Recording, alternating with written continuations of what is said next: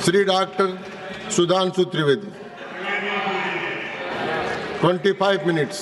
माननीय सभापति महोदय, मैं आज का प्रारंभ जो नेता प्रतिपक्ष जी ने शुरुआत की थी वहां से करना चाहूंगा। आज 16 दिसंबर है और आज के दिन भारत की ऐतिहासिक विजय का वो दिन है जिसके लिए मैं स्मरण करना चाहूंगा उन सभी पात्रों को जिन्होंने ऐतिहासिक विजय में बड़ी भूमिका निभाई, चाहे ढाका में पैराट्रूपर्स को लीड करने वाले जनरल जे जैकब या chief of the eastern command general Jagjit Singh Arora या भारत के चीफ उस समय सैम मानेकशॉ और श्रीमती इंदिरा गांधी।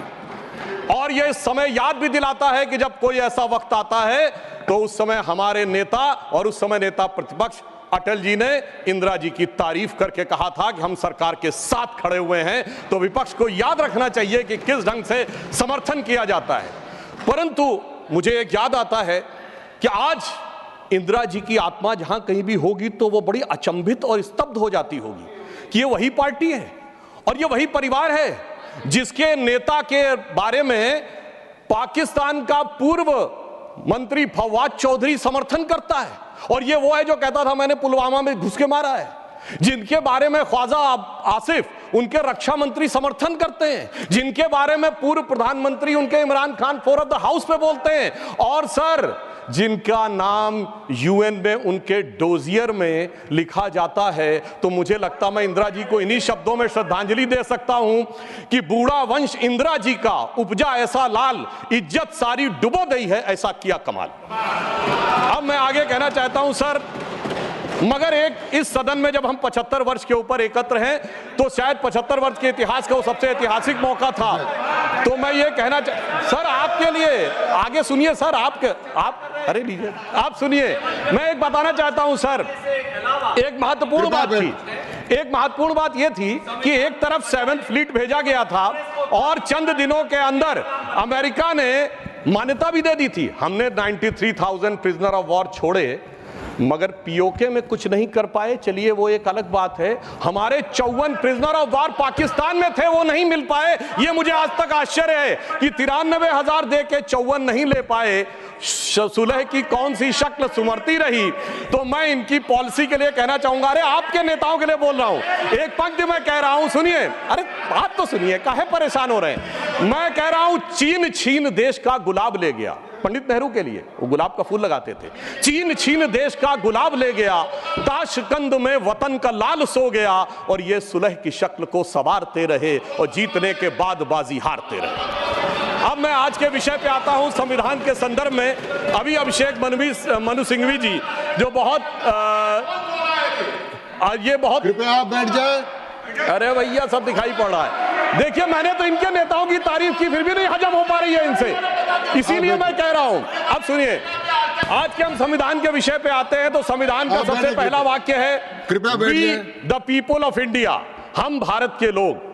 सभापति महोदय, अगर हम लोग और भारत इन 3 शब्दों का अर्थ समझ लें तो संविधान निर्माताओं का मूल भाव समझा जा सकता है। मगर अफसोस सर्वाधिक भ्रम इसी विषय को लेकर किया जाता है। अभी अभिषेक मनु सिंघवी जी ने बोला और कई वक्ताओं ने बोला कि ये बात का आशंका थी कि हम सरवाइव करेंगे कि नहीं डेमोक्रेसी में, मगर हम सरवाइव करने वाली बात नहीं। मैं आज के समय में अपने विपक्षी दलों से कहता हूं, पूरे ईस्टर्न हेमिस्फीयर में उठा के देखिए, बड़े देशों में sustainable absolute and vibrant democracy सिर्फ भारत है, और जापान और ऑस्ट्रेलिया तो कॉन्स्टिट्यूशनल मोनार्की हैं। तो पूरे पूर्वी गोलार्ध में यदि देखा जाए तो absolute democracy, vibrant democracy, consistent democracy सिर्फ भारत है। और यह भी समझना चाहिए, आज डेमोक्रेसी के अंडर में सर 34% पॉपुलेशन है विश्व की, जिसमें 17% अकेले हम हैं। We are the defenders of democracy in the entire world. कोई और नहीं है जिसे दूसरे नेता जाकर समझते होंगे। परंतु मैं यह भी बताना चाहता हूं, हम डेमोक्रेसी में सर्वाइव किए हैं तो यह कोई अनायास नहीं। कॉन्स्टिट्यूएंट असेंबली की डिबेट में डॉक्टर राधाकृष्णन ने कहा था, मैं कोट करता हूं, कि गणतांत्रिक व्यवस्था इस देश के लिए कोई नया प्रयोग नहीं है, यह इतिहास के आरंभ काल से भारत की व्यवस्था में थी। मैं बाबा साहब अंबेडकर को कोट करना चाहूंगा। उन्होंने कहा, लोकतंत्र की अवधारणा भारत के लिए कोई बाहर की अवधारणा नहीं है, it's not an align object. यह कोई अपरिचित चीज नहीं है, प्राचीन काल से भारत की व्यवस्थाओं में निहित थी। और उन्होंने बौद्ध संघों का उल्लेख किया। और मैं अपने सम्मानी मित्रों से कहना चाहता हूं, लोकतंत्र की व्यवस्था भारत में कहां से थी? 12वीं शताब्दी के कर्नाटक में भगवान वासवन्ना के अनुभव मंडपों को देखिए। चोल साम्राज्य में 8वीं और 9वीं शताब्दी में इलेक्टेड गांव के प्रतिनिधि होते थे, 6 कमेटियां होती थी जो इलेक्टेड ढंग से काम चलाती थीं। उसके पीछे जाइए तो वैशाली का गणराज्य, जिसका उल्लेख हमारे जदयू के अध्यक्ष जी ने भी किया, और उसके पीछे जाइए तो वैदिक काल में सभा और समितियां बैठकर इसी लोकतांत्रिक व्यवस्था के तहत कार्य किया करती थीं। तो बाबा साहब अंबेडकर जो ड्राफ्टिंग कमेटी के चेयरमैन थे, अगर उन्होंने इन सारी परंपराओं के चित्र उसमें रखे हैं, इसका अर्थ हुआ कि भारत की डेमोक्रेसी मूल रूप में वहां से आती है। वैसे मैं एक और चीज कोट कर दूं, भारत रत्न पूर्व राष्ट्रपति डॉक्टर प्रणब मुखर्जी जी ने भी जून 2018 में आरएसएस हेडक्वार्टर पे अपने भाषण में कहा था कि भारत ही लोकतंत्र का मूल है और वैशाली का गणराज्य विश्व का पहला गणराज्य था। अब मैं बताना चाहता हूं कि हम भारत कैसा है, क्योंकि हमारे विरोधी लोगों को थोड़ा विदेश की बात ज्यादा समझ में आती है, तो देश क्या कहता है उससे ज्यादा समझिए विदेश क्या कहता है। और मैं सिर्फ 2 ही बड़े लोगों के नाम लूंगा। चाइना, मैं कहता हूं कोई भी जाके चेक करे, चाइना में एंशिएंट चाइनीज में भारत का नाम क्या है? Tan Zhao, TIANZHOU। जाऊ शब्द वहां पर केंद्र के लिए प्रयोग होता है, जैसे हमारी भारत में पुर, जयपुर, नागपुर, कानपुर वगैरह वगैरह। अब टियान जाऊ अगर आप जाके आज सर्च करेंगे तो विकिपीडिया में कुछ उन्होंने घपला कर रखा है, सीधे सीधे लिख के नहीं आता, पर चाइनीज भाषा की डिक्शनरी में जाइए, TIN टियान का अर्थ है हेवन और जाऊ का अर्थ है केंद्र। तो चाइना के एंशिएंट में माना जाता था भारत क्या है? It is the centre of heaven. Ancient Japanese में भारत का नाम है Tenjiku, that is the centre of heaven. और ये कहते देश ही नहीं था, और चीन भी कह रहा है और जापान भी कह रहे हैं कि ये देश तो वो है जो स्वर्ग का केंद्र था। अब मैं बताना चाहता हूं, मिडिल ईस्ट में, अरब में 8वीं और 10वीं शताब्दी में जितने भी बड़े बड़े अरब के राइटर्स हुए हैं, चाहे इब्ने असीर हो, इब्ने कसीर हो, इब्ने तबरी हो, इब्ने खल्दून हो, उन्होंने क्या लिखा है? अजीदुल रिहल उल इलामीन बिल इलादुल हिंद, यानी when I look towards the India the cool breeze of knowledge comes to us. तो इधर का भी, पूरब का भी बता दिया, पश्चिम का भी बता दिया, मगर हम क्या करें? आर्थर शोपेनहावर ने लिखा इंडिया के लिए कि यहां पर product of highest human wisdom की उपनिषदिक फिलॉसफी आई है। ये हमारा देश था, मगर अफसोस आज भी लोग ये कहते हैं कि जब माननीय प्रधानमंत्री जी ये कहते हैं कि Bharat is a mother of democracy, तो ये संविधान की मूल भावना के अनुरूप कहते हैं, मगर अभी भी कहीं कहीं लोगों को डिफेंडर्स ऑफ डेमोक्रेसी कहीं और से नजर आते हैं। इसलिए हमारे इस देश के लिए सभापति महोदय क्या कहा जाता था? गायन्ति देवः किल गीत कानी धन्यास्तुते भारत भूमि भागा स्वर्गापवर्गास्पद भाग हेतु भवन्ति भूयः पुरुषा स्वरत्वात्। अर्थात ये भारत भूमि धन्य है, देवता जिसकी स्तुति में गीत गाते हैं, क्योंकि स्वर्ग में रहने के बाद भी मनुष्य के रूप में जन्म लेने को यहां लालायित रहते हैं, क्योंकि हम मोक्ष भूमि है। और वैसे ऑन द लाइटर नोट मैं कहना चाहूंगा, जो लोग मानते नहीं है कि भारत डेमोक्रेसी कि वो कहते हैं इंग्लैंड के मैग्ना कार्टा 1215 से आया था, वो इंग्लैंड को मानते मदर ऑफ डेमोक्रेसी। तो सभापति महोदय मैं कहना चाहूंगा कि इंग्लैंड के पूर्व प्रधानमंत्री की मदर इन लॉ हमारी इसी सदन की सदस्य हैं, तो मदर ऑफ डेमोक्रेसी ना मानो तो mother in law of democracy ही मान लेना चाहिए। अब मैं ये कहना चाहता हूं महोदय कि ये देश कैसे एक था जो वी द पीपुल कहा गया है। मैं बताना चाहता हूं कि जब माननीय प्रधानमंत्री जी ने श्री राम जन्मभूमि का उद्घाटन करना था, तो उससे पहले वो दक्षिण के जिन मंदिरों में गए थे उसमें से एक तमिलनाडु का श्रीरंगम मंदिर है। उस श्रीरंगम मंदिर का महत्व क्या है? यह माना जाता है कि अयोध्या के जो कुल देवता हैं भगवान विष्णु, वो श्रीरंगम के रूप में वहां विद्यमान हैं, क्योंकि जब उन्हें युद्ध करना था, विभीषण का राज्याभिषेक करना था, तो अपने कुल देवता को वहां स्थापित किया। समझिए, अयोध्या के वो नरेश हैं पर कुल देवता तमिलनाडु में है। देश इस प्रकार से जुड़ता है। भगवान कृष्ण ने अपना शरीर छोड़ा द्वारका में और हृदय उनका जगन्नाथपुरी में है। देश इस तरीके से जुड़ता है। इसके बावजूद लोगों को समझ में नहीं आता कि ये देश कभी जुड़ता था। तो मैं कहना चाहता हूं, आज भी कभी जब आप पूजा करते हैं तो हाथ में जब जल लेते हैं तो पंडित क्या बोलते हैं? गंगे च यमुने च गोदावरी सरस्वती नर्मदे सिंधु कावेरी जलेस्मिन् सन्निधिं कुरु। देश की सारी नदियों का स्मरण हो जाता है। इस प्रकार से देश एक संकल्प के थ्रू आकर एक प्रकार से जुड़ता है। और इसीलिए इसकी डेफिनेशन भी दी गई। अगर इंडिया दैट इज भारत कहा गया है हमारे कॉन्स्टिट्यूशन में, तो इंडिया एक ज्योग्राफिकल कॉनोटेशन है जो इंडस रिवर के इस तरफ है, तो फिर देश कैसे नहीं था।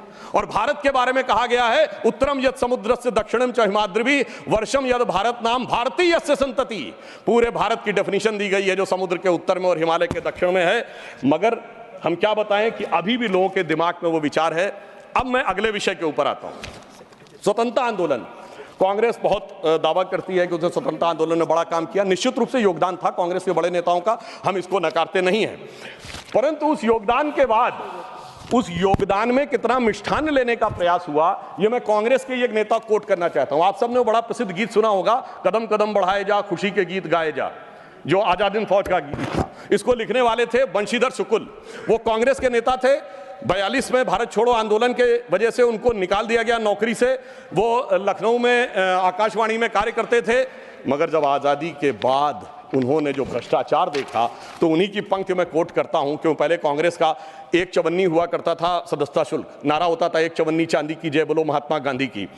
अब बंशीधर शुक्ल जी ने लिखा कि अब क्या होने लगा। उन्होंने कहा, कहाँ हूं बेड़िन की झनकार, कहाँ एक कुर्सी गद्देदार, कहाँ चवन्नी मांगे गुजर, कहाँ अब रिश्वत बेसुमार, हुईगा स्वतंत्र भारत हमार। और आगे उन्होंने लिखा कि कॉलेज की सब खिड़की स्वतंत्र, टीचर लड़का लड़की स्वतंत्र, हाकिम स्वतंत्र हरहा स्वतंत्र, गलियार घूर चरहा स्वतंत्र, परतंत्र हुए ईमानदार, हुईगा स्वतंत्र भारत हमार। ये तो मैं 1950 के आसपास की बात बता रहा हूं, जिस जमाने के विषय में आप ये कहते हैं। मगर अब मैं आता हूं संविधान में, जो पहला संविधान संशोधन किया गया, जिसके बारे में हमारे बहुत से लोग बोल चुके हैं, मैं डिटेल में नहीं जाना चाहता। मैं सिर्फ ये बताना चाहता हूं, अभिव्यक्ति की स्वतंत्रता या फ्रीडम ऑफ स्पीच हमारी परंपरा में है। और परंपरा जिस सीमा से है, मैं चुनौती से कहता हूं, दुनिया में कोई कंट्री, कोई सिविलाइजेशन नहीं हो सकता। हमारे यदि एक तरफ यह माना गया है कि वेद ब्रह्म वाक्य है, वेद वाक्यम जनार्दनम, तो यहीं पर एक ऐसा भी संप्रदाय हुआ जिसने कहा त्रया वेदस्य कर्तारा धूर्तो भांड निशाचरा। वेद के पढ़ने वाले 3 धूर्त भांड और निशाचर, उस चरवाक को भी स्थान दिया गया। इससे ज्यादा उदार फ्रीडम ऑफ स्पीच किसी को चाहिए? जो कहते फ्रीडम ऑफ स्पीच सिर्फ पंडित जवाहरलाल नेहरू के माध्यम से आई थी। अब मैं बताना चाहता हूं, जो फर्स्ट अमेंडमेंट हुआ, अगर उस समय 2 घटनाएं नहीं होती, सरदार पटेल जी की मृत्यु हो गई थी 15 दिसंबर 1950, और श्यामा प्रसाद मुखर्जी जी ने कैबिनेट छोड़ दिया था 6 अप्रैल 1950। अगर इन दोनों में से कोई होता सरकार में, तो मुझे पूरा विश्वास है कि ये नहीं हो पाया होता। परंतु उस फ्रीडम ऑफ स्पीच की कैजुअलिटी क्या हुई, मैं एक बताना चाहता हूं। बाबा साहब अंबेडकर ने जब 6 अक्टूबर 1951 को अपना इस्तीफा दिया है, जयराम रमेश जी ने वो बात ठीक कही थी कि उसका उपलब्ध है सरकार के आंकड़े में भी। मगर मैं कोट, हाँ वो जी बिल्कुल है, ये है सर, ये है।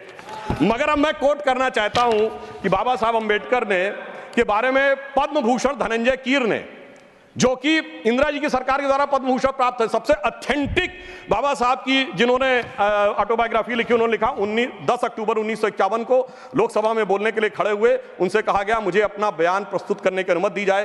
तो उपसभापति ने कहा कि श्रीमान अंबेडकर, अगर आप अपने भाषण की कॉपी हमें पहले दे दी होती तो हम अनुमति दे सकते थे, आप चाहें तो 6 बजे के बयान अपना बयान दे सकते हैं।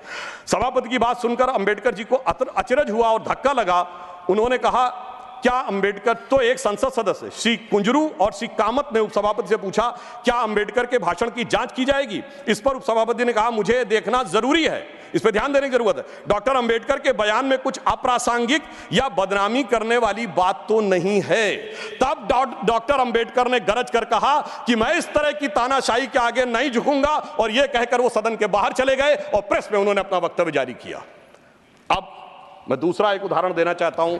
जो ये लोग बहुत बात करते हैं कि डॉक्टर अंबेडकर के विषय में इनके क्या विचार थे, मैंने अंबेडकर जी का विचार कोट किया। अब मैं कोट कर रहा हूं जवाहरलाल नेहरू जी का विचार, किसी अन्य का नहीं। जवाहरलाल नेहरू जी ने 16 जनवरी 1952 को चुनावों के उपरांत एडविना माउंटबेटन को पत्र लिखा। उसमें एक लाइन है, मैं कोट कर रहा हूं और सोर्स भी कोट करूंगा।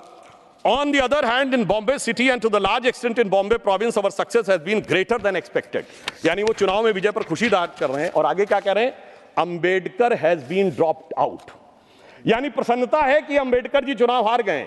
फिर मैं पूरा पत्र नहीं पढ़ रहा हूं, इसी पत्र में वो आगे लिखते हैं, the socialist combined with Ambedkar's party and thereby they lost their repute, यानी अंबेडकर जी की पार्टी से जुड़कर उनकी प्रतिष्ठा कम हो गई। और महत्वपूर्ण बात मैं ध्यान देना चाहूंगा सदन का, आगे वो कहते हैं but Ambedkar has combined with Hindu communalist, यानी वो कह रहे हैं अंबेडकर जी हिंदूवादियों के साथ आ गए थे। सर सोर्स है selected works of Jawaharlal Nehru series 2 volume 17 page number 35 to 37।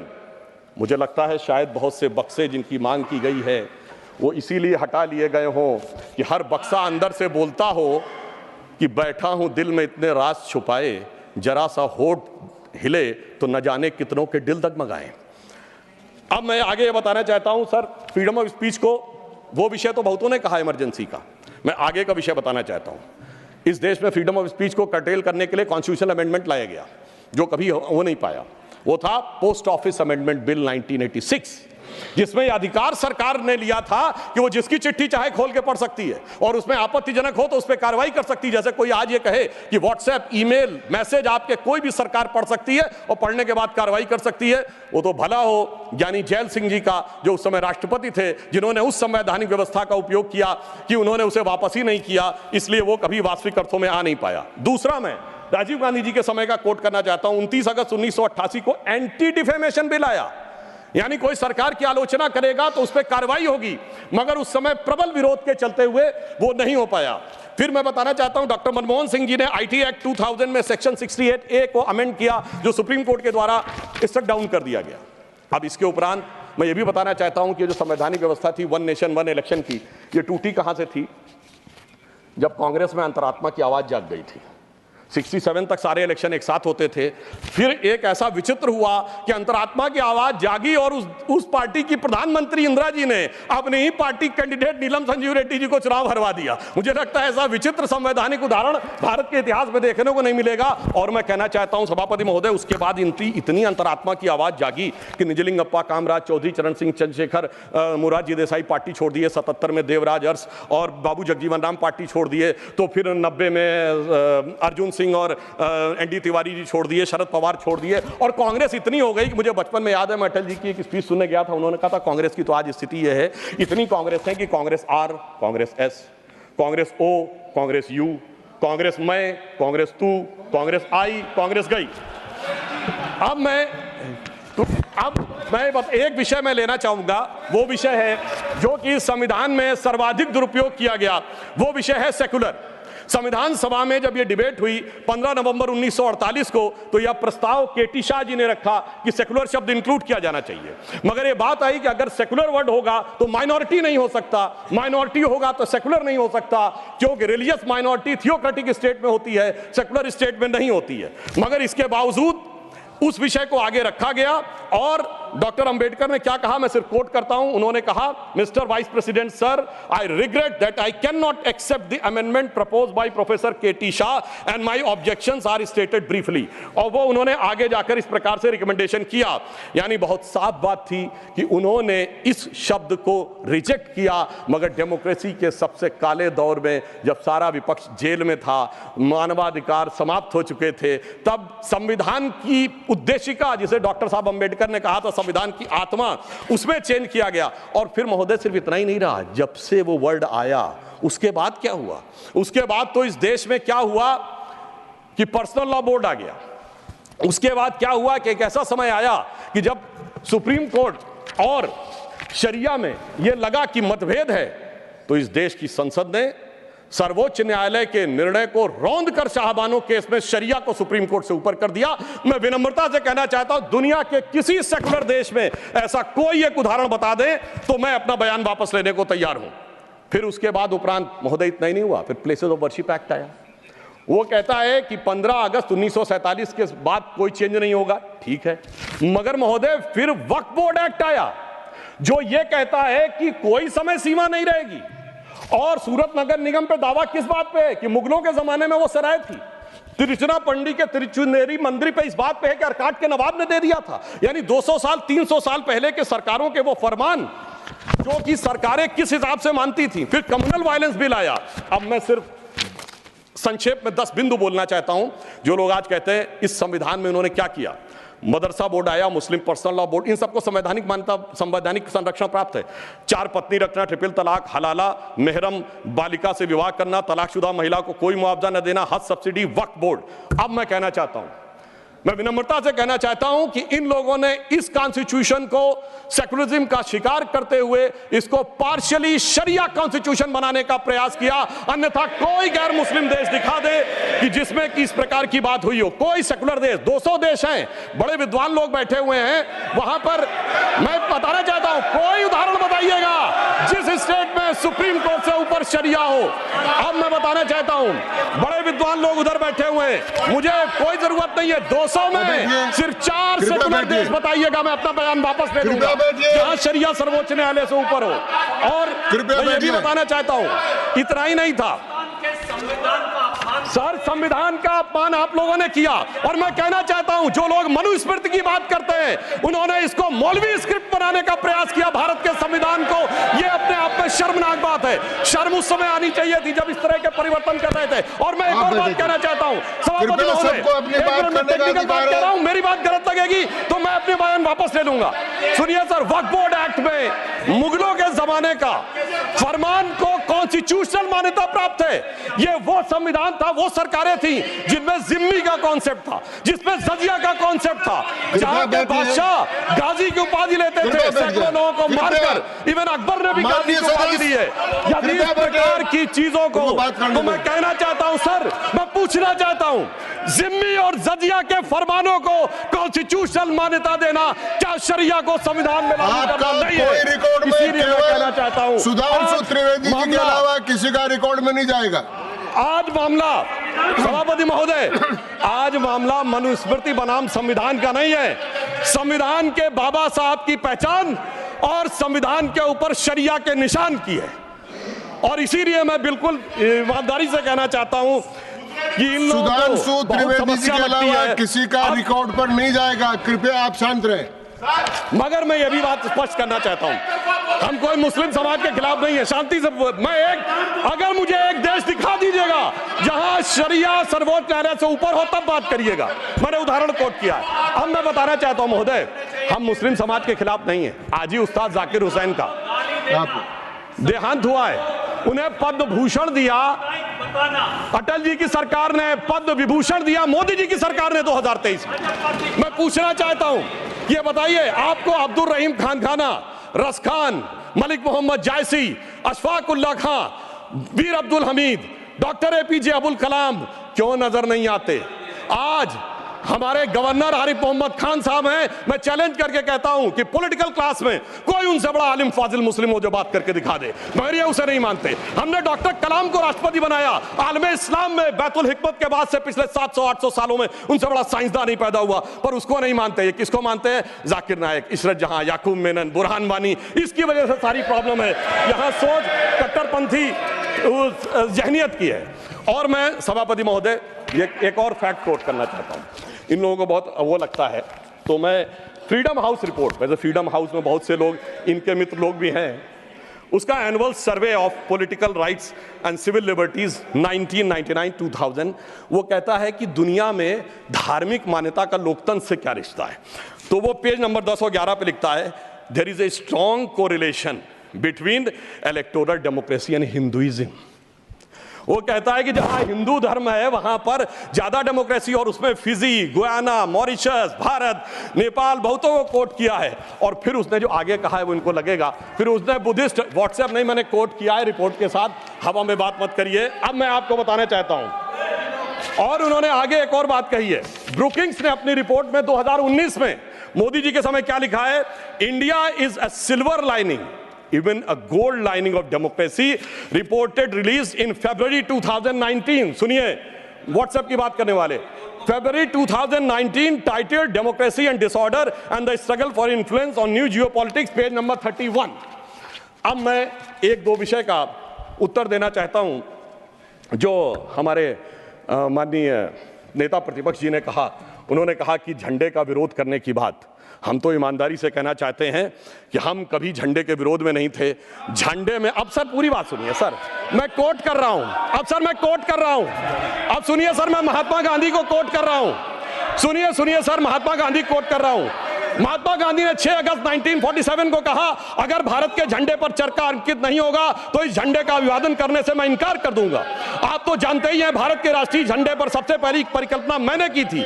बिना चरखे के निशान के भारतीय झंडे की कल्पना नहीं है। वैसे पंडित नेहरू और अन्य लोगों ने मुझे बताया है कि नए ध्वज में बना चक्र चिन्ह चरखे का प्रतीक है। कुछ लोग इसे सुदर्शन चक्र बताते हैं, मगर मैं समझता हूं क्या है सर। स्रोत है संपूर्ण गांधी वाङ्मय, खंड 89 पृष्ठ 11। अब आप बताइए, आप कहेंगे कि महात्मा गांधी उनका विरोध कर रहे थे, इसलिए मैं कहना चाहता हूं महोदय, 2-3 मिनट में समाप्त कर दें। जी मैं समाप्त कर रहा हूं सर। एक बात और कहना चाहता हूं, अंगूठा कटवाने की बहुत बात कही गई। वैसे इतने अंगूठे कटे हैं पिछले 60-70 सालों में कि उन्हें एकलव्यों से पूछ लिया जाए तो समझ में आ जाएगा। मगर जो लोग बहुत ज्ञान बघाड़ते हैं, मैं उनसे पूछना चाहता हूं, किसी ने महाभारत में पढ़ा है क्या? ये मैकाले का ही थॉट पढ़े आ रहे हैं। मैं किसी के प्रति अपमान नहीं करना चाहता। 100 में 99 लोगों को यह नहीं पता कि वो किस चैप्टर में है। महाभारत के वन पर्व में है, जहां पर जब एकलव्य का वो पूरा विशेष नहीं जाता, जब द्रोणाचार्य उससे पूछते तुम अपना परिचय दो, तो कहता मैं मगध नरेश जरासंध के प्रधान सेनापति हिरण्यधनु का पुत्र Eklavya. He was the chief of the armed forces. माननीय सदस्यगण, आप ऐसे कहते हैं जैसे माननीय सदस्यगण, जो बचे हुए माननीय सदस्य बोलने वाले हैं उनको कल अवसर मिल सकेगा। आप कृपया 1-2 मिनट में समाप्त करें। जी हम समाप्त करते हैं।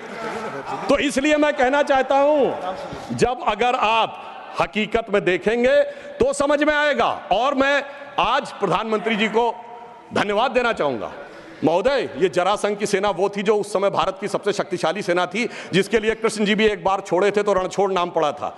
अगर ट्राइबल उसका चीफ था, ये भी तो पूरी बात बताओ। और आज 5000 साल के बाद जब महामहिम राष्ट्रपति ट्राइबल समाज से हैं, तो पहली बार तीनों सेनाओं का सर्वोच्च अध्यक्ष एक बार पुनः ट्राइबल हुआ है। तो मुझे लगता है भारत की परंपरा को सही ढंग से समझने का एक अवसर मिला है।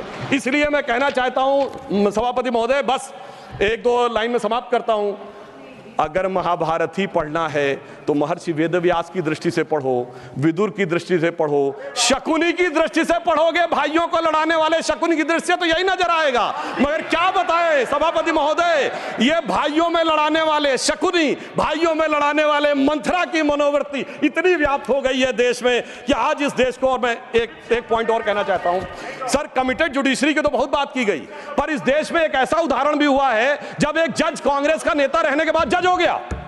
सर 1962 से 68 तक जस्टिस बेहरुल इस्लाम राज्यसभा में कांग्रेस के सदस्य रहे। फिर 68 से 72 तक दोबारा सदस्य रहे। 72 में उन्होंने रिजाइन किया और जाकर बन गए गुवाहाटी हाईकोर्ट के जज।